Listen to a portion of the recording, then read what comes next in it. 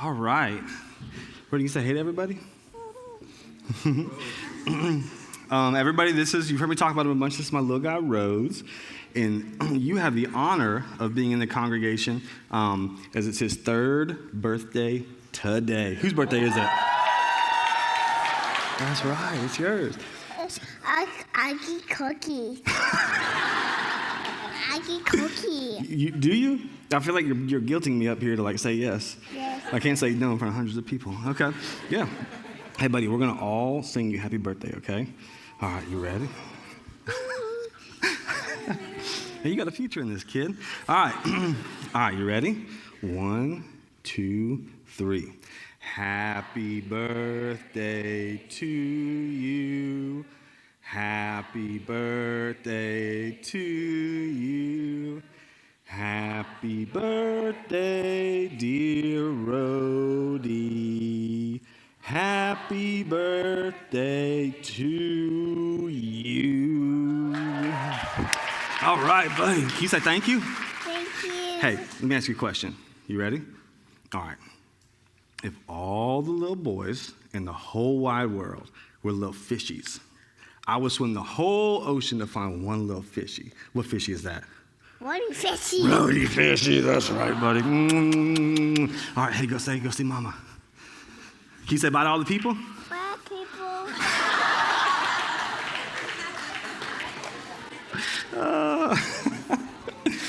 Yeah. No, I don't have a favorite child. They're all the same. Oh, so sweet, man. I didn't know how I was going to go. That was perfect. Anyway, thug tear. All right, so we're in this series. Sorry, I'm finishing up a minute. I had a little cough. We're in this series called Dismantle, Rebuild. And the idea behind the whole series is that we're kind of, by the way, thanks for that. I appreciate that on behalf of our family and our 3-year-old. He got his first bike this morning, and it was phenomenal. Schwinn, obviously. Anyways, so this Dismantle, Rebuild series is all about how we create this idea of basically Christianity, how we have a tendency to get over-complex with it and go to a different thing, in which is kind of filled with a bunch of things that if you were to read the scriptures, you would just kind of maybe see some misalignment. And what I mean by that is, if you're in here and you're a little bit skeptical of faith or skeptical of Christians and Jesus, then what maybe you would see is as you've read the Bible for yourself, you see what Christians do and how Christians live, and then you read the scripture and you think, man, there's just some discontinuity here. And so the idea behind this whole series is we're kind of dismantling a lot of the mental preconceptions that we've created Christianity to be and the complexities that we created it to be, and saying, man, let's rebuild this with what we see in the scriptures. To recap for you a little bit, in case you've missed the last couple of weeks, we started off week 1, which is with a huge paradigm shift, and we kind of contrasted ideas every week. And so this was the contrast of ideas in week 1. It was simply this: Christian versus disciple, Christian versus disciple. And the reason we contrasted this is if you actually read the New Testament, what you find very few times is the word Christian. It's mentioned 3 times in a derogatory way, but disciple is mentioned over 280 times, and the primary difference between the two is this. A Christian, as Webster would define it, is someone who believes in the teachings of Jesus. And we said this every week. To believe in the teachings of something does not substantiate much of anything. I can believe we as a culture are over-caffeinated, but I also believe at 6 o'clock when I woke up this morning, I was heading to get some coffee, right? I believe when I walked in the doors of our church, I'm like, I need to get some coffee. I can believe that we are over-caffeinated, but simply believing in the idea or coming to an intellectual assent to something does not really mean a whole lot. But what does is the word disciple. Because disciple is what they would use to describe in the Bible what we would describe today as Christians. But the primary difference is discipled, followed. A disciple followed. And for us, we have a tendency to agree with Jesus without actually following him in his teachings. Last week we said this. This was the contrast between last week's and the other idea. It's simply this. It's that we have a tendency, instead of loving God, to have religious activity. Loving God versus religious activity. Many of us were raised in houses and cultures and churches where you had to have a lot of religious activity, and you hope that if you had enough religious activity, people would think that you actually loved God. But the truth is those two things are different. I can do a lot of things for you without actually loving you. In fact, for many of us, if you've been a Christian for a long time, you know this is true as well. You started off loving God, and because you started loving God, because you were in love with God, you did things for God, you served God, you spent time with God, you perhaps served other people, you volunteered at the church, or you did some stuff, and eventually, in all of the activity that you had, there was this kind of misconnection that you had lots of activity, but there was not really this love for God, that the activity became the substantiation of the love and not the overpouring. That we can mistake those two and think, man, because I'm very religiously active, I love God. We just simply ask the question, which is, do you love God? So if week 1 was a Christian versus a disciple, week 2 was this idea of religious activity versus loving God. We got that idea from a section of verses where Jesus is talking to a lawyer. As he's talking to the lawyer comes up to him and says, what's the greatest commandment? Jesus responds back to him. It's to love the Lord your God with all your heart, soul, mind, and strength. He said, and the second one, which is what we're going to discover, which we're going to uncover today, the second one is like it. The second one is this, that you and I would love our neighbor as yourself. In other words, the second one is connected to it. You can't have the first one without having the second one. These two are interconnected with one another. You would love your neighbor as yourself. Now, very few people who walked in and are here right now are thinking, what? Never heard that one before. So wait, I'm supposed to be nice to people, be kind to people, serve people, love people. Wow, so glad I came to church today, man. Let me write that one down. That was incredible, right? That's super common to us. Very few of us that's brand new information. In fact, this is not a specifically Christian idea. And you know this as well as I do. If you've studied many religions at all, you know this sense of neighborly love, brotherly love, sacrifice, acts of service, acts of charity are virtually ubiquitous in all of religion. Every religion, almost every version and variation has some sense of let me deny myself to help you. Now, while this is not specifically Christian, I think that is important because all of us wrestle with this to a certain degree. And here's where we wrestle with this. Though we know it's true, what's inevitably true about all of us is we're busy. We're all busy. You're busy. I'm busy. In fact, for us in 2020, busyness is a badge of honor. Busyness is a badge of importance. Busyness is a badge of status, right? If you talk to somebody and you're like, dude, how you been? What have you been up to, man? Bro, busy. So is everybody. It's cool. That's have you been breathing? It's man, I've just been busy. In fact, the opposite is true. If you talk to somebody and you're like, man, how have you been? And they don't say busy, they're like, dude, I've been doing nothing. It's well, do something with your life, like the Bible talks about, a sluggard. Have you read Proverbs? Okay. So quit the video games. We get it. You're cool. You're a gamer. You maybe made millions of dollars, but whatever, do something with your life, right? Because busyness is a thing, but here's what inevitably happens. And by the way, busyness is not necessarily the enemy of this sermon, but it's simply to say this. It's that we're busy because for many of us, we have obligations. We have responsibilities. We have things that we have said we're going to do and things that we are responsible for, right? I can't not, on my day off, parent my children. I might pay somebody to babysit them, God willing, But when they're crazy and they're running around on my days off at some points, it gets so busy and so chaotic and the kids have so much energy and it's getting late and oh my gosh, holy cow, right?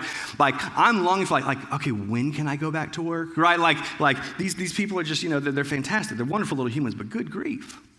Because we're all busy. And I can't not do that. You can't not go to your job.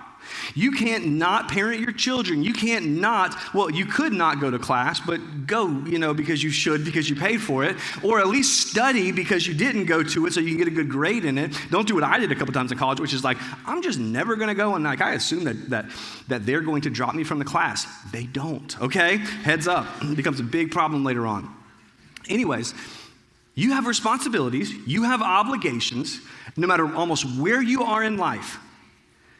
And so what's difficult about that is we ask the question, okay, so if I am to love my neighbor, how much? And here's the other part of that. And who counts? How much and who counts?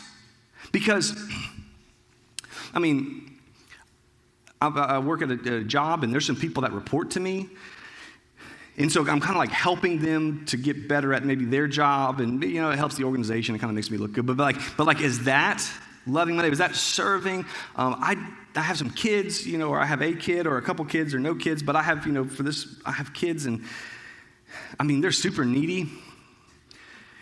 And they keep telling me they need some lemonade over and over and over again, And so, I mean, are my kids, do they count as serving? I've got a boss, and my boss is as needy as my kids are. I mean, I wasn't going to say anything. I'm glad you brought it up, But, I do some stuff for them because they have some stuff. Or I'm in class and I'm in school, and I've got a bunch of projects that are going on, and I know that all this is going towards my education. I'm hoping to utilize and leverage my education later on so that I can help people down the road. And so so basically, I'm busy, and who counts? I'm busy, and who counts? Because for all of us, I think when it comes to this idea of loving and serving our neighbor, we would all agree, but there is so much gray and there's so much ambiguity. And for some of us, we just assume everything's loving our neighbor. But for others of us, we read what happens in the scripture and we see it. And if you just spend time on your own in God's word, then you read it and you say, I don't think I'm doing that.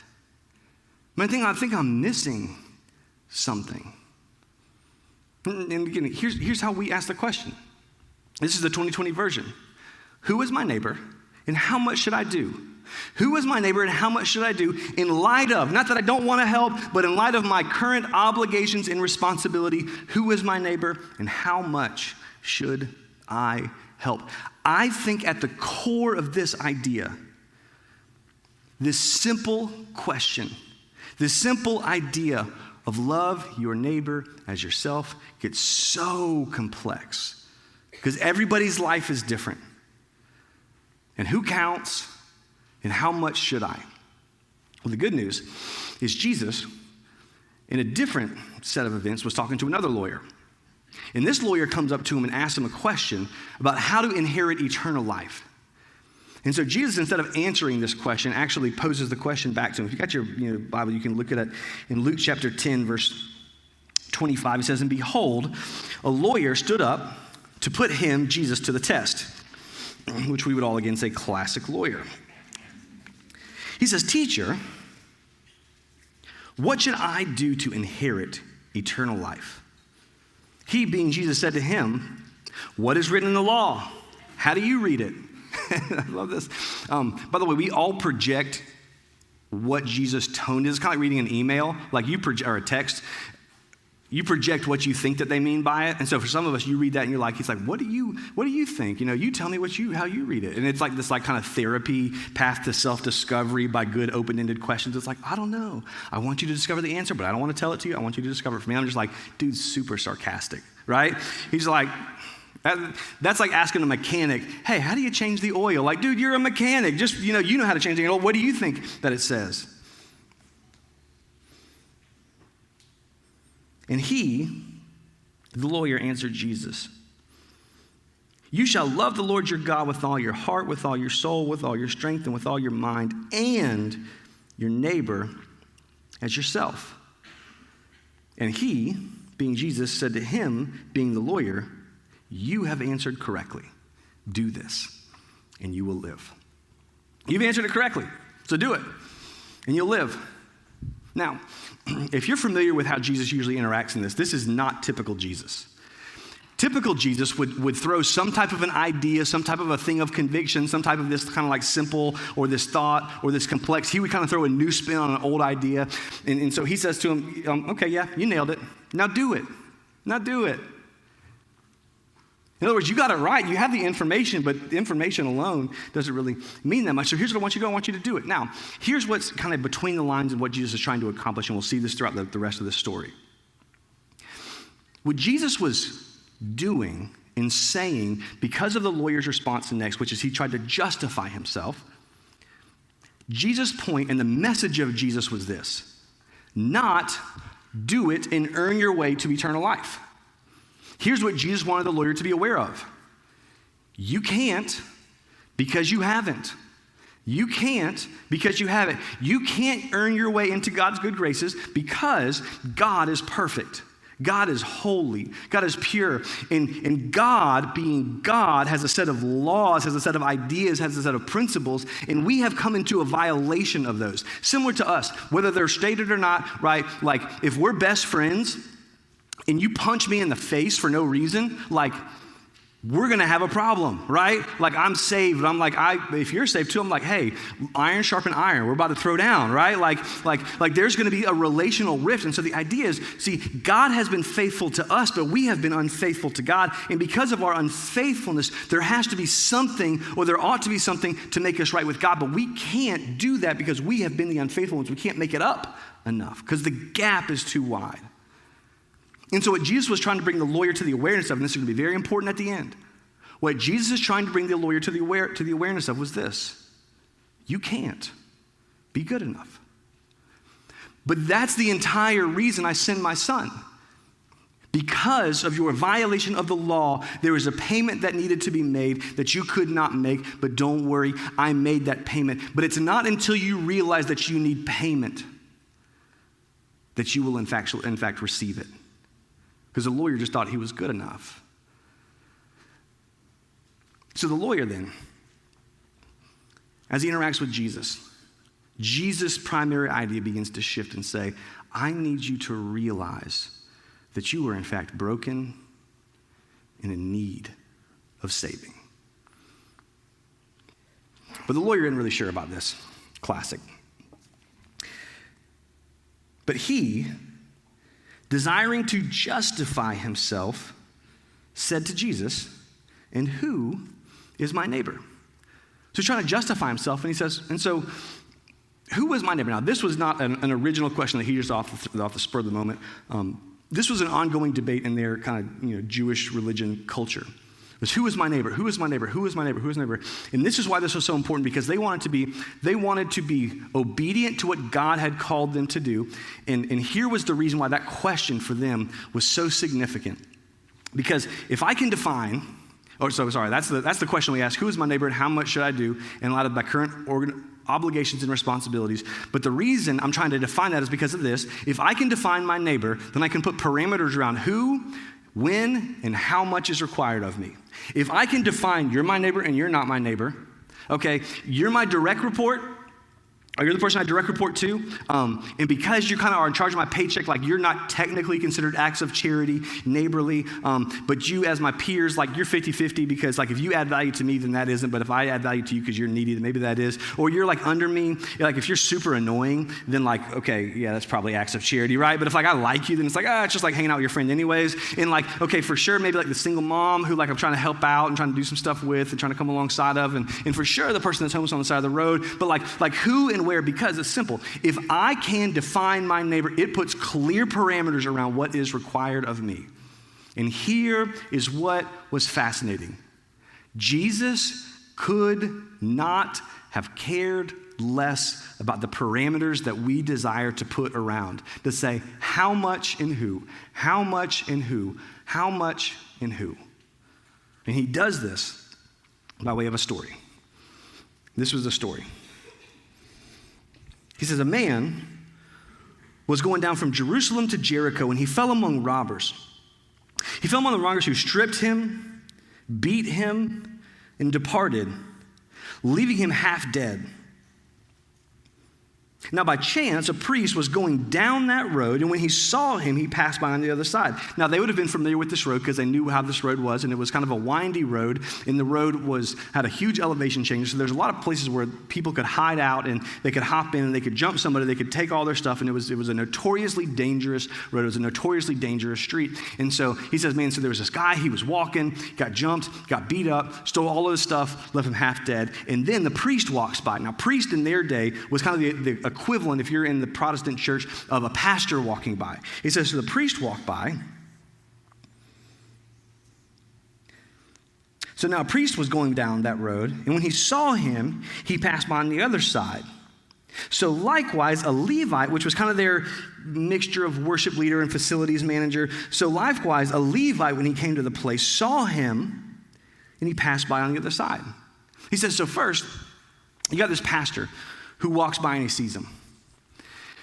He's probably going to the temple or from the temple, and he's probably walking in such a way that, if he was to do this, he probably had a lot of religious reasons why this would look kind of messy, and the association here would just kind of be odd. And perhaps I would be ceremonially unclean, and I don't want everybody to think I'm unclean, and I don't want to be unclean because that's just wildly inconvenient. So let me just walk on the other side. And he says, so there's this one guy who just kind of avoided, and there's this other person, there's this Levite who walked by and said, well, that's interesting. Man, bro, he kicked you that many times? Whew. All right, well, maybe he even said, man, I'm glad I'm aware. Let me pray for you. And he kept walking. Now here's where I think we enter the story. Because for some of us, we see someone in need. And I want to define that in general terms. We see someone in need in our work. We see someone in need who's in our friend group. We see someone in need who is, on the side of the road. We see someone who's in need who's a kid. We see someone in need. And for some of us, it's just easier to pretend like it doesn't exist. And for some of us, we're informed about the problem. Right? We're the quote-unquote woke people who understand what's going on, but then decide just to do nothing with what we understand now. And they see it and they say, wow, man, that's a problem. Yo, have you heard about this problem? Yeah, I saw a Netflix thing about that problem. That problem is wild. That problem is crazy. I didn't know about the problem. I'm glad I know about the problem now. What are you going to do tomorrow? I don't know. I'm going to go play golf. It's cool. What's interesting is the reason that we can do that. The reason we can do that is because if I can be avoiding the issue, or if I can avoid the issue on somewhat of a subconscious level, I dehumanize the person that the issue is happening to or that's involved in the issue. I oftentimes create a narrative to say that's their fault. And if I can even just be informed about it, sometimes acknowledging that there's an issue makes me feel like I'm actually doing something about the issue. But both ways, both versions, both variations are ways of dehumanizing the issues that we see. It says then there was this third category of people who walked by. It says, verse 33, but a Samaritan, as he journeyed, came to where he was, and he saw he had compassion. Now, it is hard to accentuate the polarity of the dissonance between the idea of a Samaritan being the hero and a Jew being the hero. Because if we were all hearing this would be like Easter sermon. Jesus is getting up talking, he's preaching. He says, okay, it's kind of like first the pastor walked by and didn't do anything. And then the priest walked by, or the worship leader walked by and didn't really do anything. And then, the community group leader walked by. And everybody's like, yeah. The community, because I love my community group leader. I have a phenomenal community group leader. Man, they're just so wise. They're so interesting. Some of you are like, they're so cute, But I had this community group leader, and man, they walked by. He said, no. Because we don't really ascribe, honestly, a lot of value to morality, and that's, not neither good nor bad or indifferent. We see opposition in terms of ideology. So this would be like him saying, and then the atheist walked by. And by the way, the atheist is the hero of this story. I'm going to honor and elevate that status. But the atheist walked by, the Samaritan walked by, and saw and had compassion. The atheist walked by, the Samaritan walked by, and not that we feel like, or I feel like at all, that the atheist is in opposition, but just ideologically, that was so outside of, that was such the anti-hero that became the hero, that Jesus is saying, okay, I want just to waste your parameters on what you think about, because this person who, instead of dehumanizing, elevated the humanity of the person who was going through the problem. That's the hero of the story here. He says this. As he journeyed, he came to where he was, and when he saw him, he had compassion. He went to him, he bound up his wounds, pouring in oil and wine. Then he set him on his own animal and brought him to an inn and took care of him. The next day he took out 2 denarii, which is a good amount of money, and gave them to the innkeeper, saying, take care of him, and whatever more you spend, I will repay you when I come back. So he asked this question. Which of these 3 do you think proved to be a neighbor to the person with the problem? Which of these three do you think proved to be a neighbor? Because, let me just be very frank. Every single one of us in here falls into one of these three categories. Avoidance, acknowledgement, or action. Avoidance, acknowledgement, indifferent acknowledgement, or action. So Jesus looks at him and he says, what category do you fall into? Let me tell you, that's a question I think is one of the most valuable questions that we can wrestle with as a church. In case you don't know about some of the issues that happen around and in our city, one of the things that we have, and I'll just kind of tell you one of them, and we have a thing that happens with it and for it and tries to help and serve. It's called the HOPE program. And the reason the HOPE program exists is if you were to take a comparative analysis between the 4 elementary schools and the 2 middle schools on the south side versus the 4 elementary schools and the 2 middle schools on the north side, there are more than that, but just as kind of like a sample size. If you were to compare those two, here's what you would find. If you're a stat person, you'll enjoy this. If you're not, then just pause for a second and we'll get back to stuff, okay? About 92% of the students on the south side are children of color. About 82% of them are living in a way that they qualify for free or reduced lunch, which means they're living at or around or below the poverty line. Many of whom are single mother head of household. Now, 90-something percent, 80% living at or below or around the poverty line. And here's what you would find if you actually looked at their 4th and 8th grade cumulative last year language arts test scores. Below 25% are passing, or at or above grade level and have passed. If you went on the north side, here's what you'd find. 76% of the kids are white. 84% are, 84% are, 89%. Sorry, my numbers are getting confused by this. About 89% are not on free or subsidized lunch, but about 85% pass rate, which means simply because of the fact that some of our kids go to school on the north side versus some of our kids go to school on the south side is an incredible disparity that happens in our community. Now, that is absolutely no blame to teachers because teachers are killing it and they're doing the most fantastic job they can. Let me tell you, some of the teachers that are on the south side are some of the most extraordinary educators who have a heart for children and they want to love and they want to help and they want to serve and they want to do everything they can. That's why we've partnered with Oak Ridge Elementary School because, man, Dr. Smith there, she's just a phenomenal educator. And on their team, their leadership they have there, they're just phenomenal people. But there's this polarity. It's not our city's fault. Let me just tell you, as a church, this is our fault. This is not like me pushing and saying, okay, well, if they would do their job better and if they would just think and they would reallocate resources. No.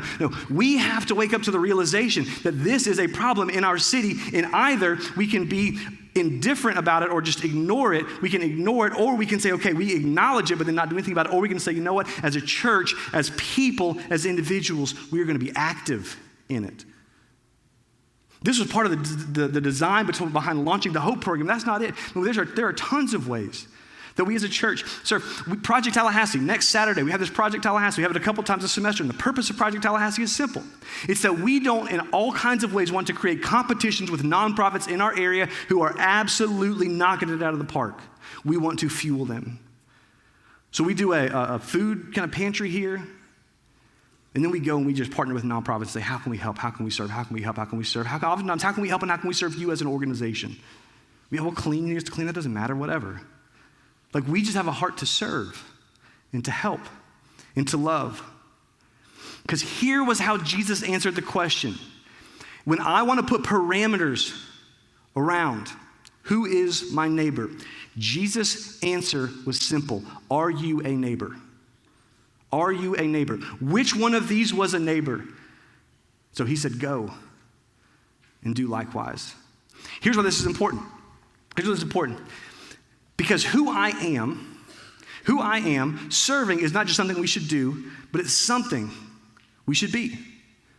Serving is not just loving, being neighborly. It's not just something that we should say, okay, I should go do something. It's Jesus saying, okay, I don't want you to think of like, let me put parameters around it. Let me put a demographic to it. Let me put a time constraint around it. No. I want you to be a serving person. I want you to be a servant. I want this to not just be something that you feel an obligation to do. Ben gave a sermon about it, and I feel kind of convicted about it, and I heard these statistics about it, and I'm not really sure what I should do about it. I feel like I should do something about it, so I feel like I should do something. No. He said, no. I want this to be your DNA. I want you to act out of that which you exist. I want you to do out of what you are. I don't want you to think about serving, thinking about, okay, what does being a neighbor require of me? I just want you to be a great neighbor. It's so important that we get this. Jesus says, man, it's connected to the other part. That when you love me, you will do this. Now, here's what's beautiful. And I think incredibly, this is just the brilliance of Jesus. Because you got to remember in the bigger context, here was Jesus' point to the lawyer. That you're broken and you're in need of saving. You're broken and you're in need of saving. So here was the brilliance of Jesus. It's a long sentence, but I just think I just want to have a visual because I'm like, I just don't want to miss this. Jesus used a parable about a guy who is helpless, broken, and in need of saving to make the point that the lawyer is helpless, broken, and in need of saving. Jesus used a parable to say, let me tell you about a guy who's helpless, broken, and in need of saving to make the point that the lawyer, you are in fact helpless, broken, and in need of saving. And here is why that is so important. Because I don't serve people because I ought to serve people. The reason I serve people is because who I realize I am is someone who has been deeply served. And so when I see someone, anybody on planet Earth, and I see them, and whether they're in a high status or a low status, this is, by the way, how you can just like walk with the most influential and affluent and powerful people. And you realize if you spend any time with them, you realize, man, they are just people. This is crazy. They have insecurities. They have problems. They have relationship problems. Just like the person who is the lowest of the low culturally would look and say, and they're people, and they're broken, and they have problems. But here's what we all realize. In our sinful humanity, there is a shared sense of sinfulness. There is a shared sense of brokenness. And we are all people in desperate need of serving and saving. Just oftentimes in different ways. So Jesus says, okay, lawyer, here's what I want you to get, is that it's not just that you serve people. It's that you have been so deeply served. You come to the realization that you have been served, therefore you serve. This is the most simple way I can say it. Simply this: served people serve people. Served people serve people. When you realize that you have been so deeply loved that in light of my sinfulness, in light of my rebellion, in light of my brokenness towards God, God loved me, saw me, was not ignorant of or simply acknowledging, but stepped down into humanity through the person of Jesus in recorded history, performed miracles that as you're reading in your journals, right, like it was all these signs that happened. The reason they were signs is because they were pointing to something. They weren't just simply miracles. They're saying, man, like this is God who showed up, and when God showed up, he changed things because God always does. So God reaches down into humanity and says, I am going to serve everybody. You are going to matter to me whether or not I matter to you. And it's from the depth of the realization that I have been so deeply loved that I love and I serve people who I am no better than. There is no dehumanization. There is an elevation because I realize I'm just like you. I am broken and I am in need of saving. My goal as a pastor, by the way, I hope that very few people are like impressed. Like my goal half the time is that someone would see me and they'd just be like, well, dude, if this chump can do it, like, man, I'll start a church. I feel like anybody can do it now, right? Because here's the thing, man, like, it's just so simple. There's nothing special. There's nothing unique. We're just broken people telling broken people We're just hungry people telling hungry people where to find bread. We have a tendency as Christians to try to think and put parameters around being a neighbor. But God was never interested in our parameters. He was interested in the heart and wanted all of us to be great neighbors, to serve people and love people because we realize how much we have been served and we have been loved. So here's what we're going to do with all this. We're going to end pretty quick. In your seat, when you walked in, there's a card. And similar, we don't want to just say all this and acknowledge it. We don't want to just say all this and say, okay, so good luck. What we want to do is we want to get you connected into a life of serving. Now, if you're already serving somewhere, doing a bunch of stuff, totally fine. I get it. That's cool. But for those of you who sit here and you say, man, I want to do something, and maybe that something is something that's involved here on Sunday. Maybe it's, you want to do something with kids and families. Because let me tell you, and this is just a side blip, every single person in here thinks about God in a certain way. And almost every single one of us who thinks about God in a certain way, that way that we see God was formed before we were 10 years old. Everybody who serves in our kids and families ministry is creating the vision of God that people will see for the rest of their life. What an incredible way to serve. People in Project Tallahassee, man, we just say, man, you guys, nonprofits, you're just knocking it out of the park. We want to do anything and everything we can to love and to serve you and to help you and to push you forward and to propel you. And we would love, by the way, for volunteers to get connected throughout the week.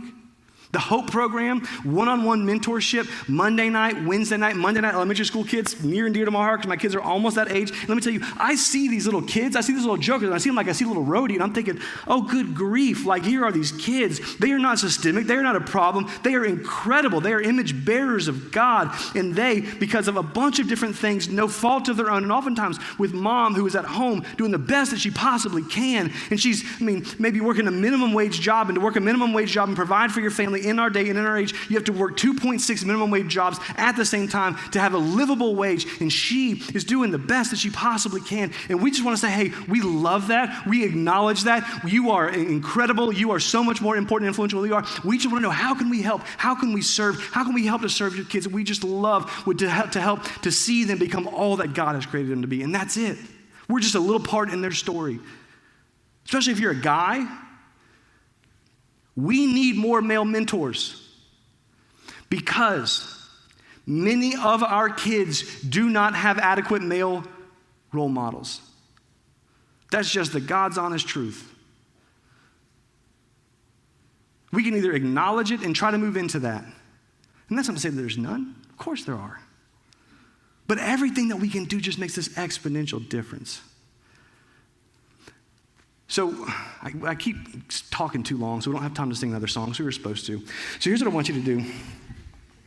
You can do it actually while I'm praying. I'll just pray over you, and you can just look down at your thing. But if you want to get involved, we would love for you to get involved. And put your name, your email, your phone number, or if you don't want us to call, I don't think we'll call, probably text, because 2020, grow up. But we want to do our part to take the first step to help to connecting you. So at some point this week, we're going to be contacting you and saying, hey, how can we help? How can we help to get you involved? But know this, when we view serving, this is not like a finish line. It's not like, yes, I ran my first 5K, I ran my first 10K, I ran my first marathon, I finished, I served. Our hope is this opens the doorway into a life of being a great neighbor. This is simply the starting line, not the finish. Into a life that serves because we have been served. By the way, this was the heart of one of the greatest leaders who this weekend we celebrate, Martin Luther King Jr., who stood up and had the audacity to be active, who inspired a generation and changed the course of history.